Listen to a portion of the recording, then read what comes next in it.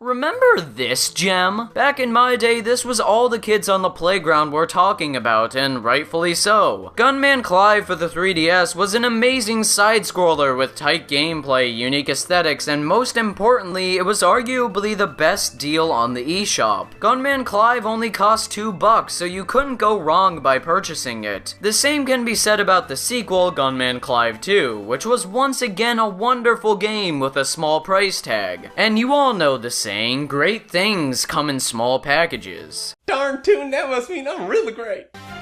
Oh, hey Cowboy Bradley, I didn't expect to see you around these parts. Well, butter me up with a large pine cone and comic Clarissa. I love Gunman Clive just as much as the next jambroni. Well, did you hear about the Gunman Clive HD collection that just so happens to be coming out soon and we both have a copy of? Yeah, of course I did. The whole reason I'm here is to review this game with you. Oh, well, I guess without any more stalling, let's put on our britches and play Gunman Clive HD Collection for the Wii U. Yee-haw! If you couldn't tell, Gunman Clive HD Collection is a compilation of both Gunman Clive installments that were originally on the 3DS and Steam, but in HD! And for the Wii U. And the first thing that probably jumps out to you if you've never laid your eyes on this glorious platformer is the unique sketchbook-style presentation. The art direction is unlike anything on the eShop, and it's a great fit for the Western theme. In the original Gunman Clive, sure, the style was interesting, but the execution was sort of lacking. There wasn't much color variation, and if I were to complain about anything in this title, the absence of any color that wasn't reminiscent of a rusty armadillo would be it. But Bradley, what about the blue cowmen or those purple horses? Well, Haydox, you got me there, but I'm sure we can all agree that the environments didn't have that much variation. But the sequel does improve on this by adding all sorts of different colors and backgrounds, which prevents any stage from looking dull. You've got some reds, some blues, some purples, some greens, and some pandas.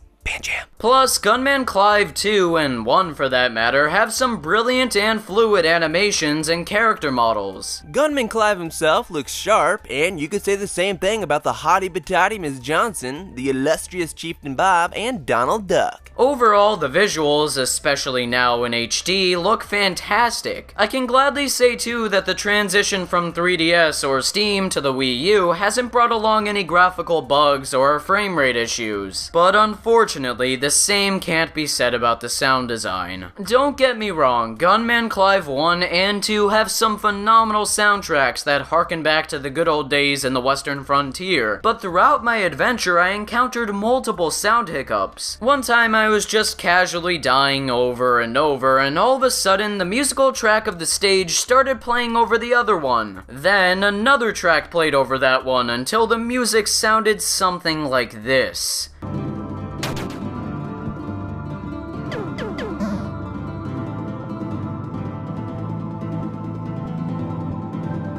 Imagine hearing this musical catastrophe during one of the most frustrating levels in this game. Needless to say, I got pretty upset. It just keeps repeating. Personally, I didn't encounter any major sound problems, so I guess it just depends on the player and the game. Regardless, these sound issues could be fixed by a simple patch, so it's not a deal breaker. Plus, the Wii U does output Gunman Clive's soundtrack beautifully, as it sounds super crisp. Not to mention, the gameplay is transitioned onto the Wii U seamlessly. I'm pretty sure you can already tell, but Gunman Clive pays homage to the likes of Mario and Mega Man. You play as either Gunman Clive, the sexy Ms. Johnson, Chieftain Bob, or the Duck, as you go through numerous stages gunning down enemies, riding on your trusty steed, and fighting bosses. See, that premise may seem like it's been done to death, but to be honest, the genius level design, the level themes, and challenge always kept me engaged in whatever I was doing. Both games are far from boring. Each level always brings something new to the table, like flying on a pterodactyl, fighting ninjas and sumo wrestlers, or riding on the back of a panda bear. That being said, there aren't many memorable elements or stages from the first first game. Pretty much all the levels I can think of off the top of my head come from the sequel, and while that has a lot to do with the varying presentation, the level design is a lot more dynamic here too. Which, if I might add, is exactly what the sequel should do. Aside from that though, there's not much else to talk about with the gameplay. Boss fights are exhilarating, the different characters add replayability and new control styles, and it has the perfect balance of challenge and fun. Gunman Clive is also really fast-paced and loading time less, which is fantastic since I found myself dying a lot in this game. Wait, are you seriously not gonna tell them about that level? Nope, it just brings back too many frustrating memories. Don't worry, I'm here for you. It's those shrooms, man. Every time I jump on them, it just won't let me use them like the way they were intended to. I can't, for the life of me, trampoline my way up to this platform, and it's because of these fudging shrooms. They require almost pixel-perfect timing to use properly, and for that reason, I died many times. Don't worry, Haydox, I feel for you. I experienced the same thing, and honestly, in this collection, it would have been great if they made the shroom timing a bit more lenient. Luckily though, there aren't any lives in this game, so you can keep trying and trying until you succeed, but you do have to start levels over completely if you die. And you might be wondering, what, if anything, does the collection add to the two Gunman Clive games? Nothing really, it just adds Chieftain Bob to the first game, and that's all I can tell that's here. Now, although negative Splatoon-hating docs would probably say the absence of any new content is bad. Hey, let me speak for myself, and that meme is dead. It's dead. It's over, so stop talking about it. Well, that was sudden. But like I was saying, I don't mind the fact that there are no new additions or anything. I'm just fine having this collection at all, as it's perfect for those who have yet to experience these great games. Plus, the developer is only asking $4 whole from the player. That's an uber cheap price. So, overall, I think it's safe to say that we both really like Gunman Clive HD Collection for the Wii U. The gameplay is just as fun and challenging as it was on the 3DS or Steam, and the graphics and wonderfully unique art style look even better in HD!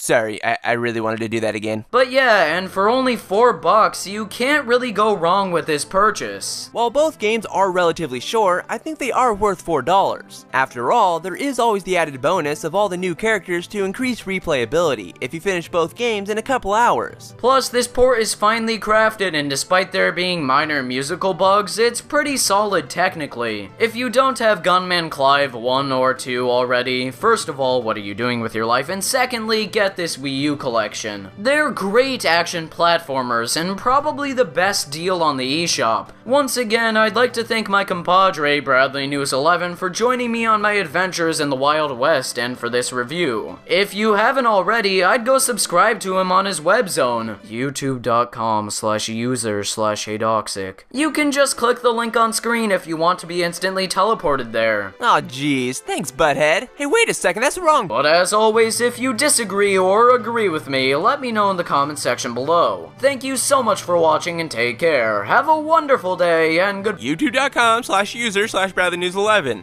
Okay, bye.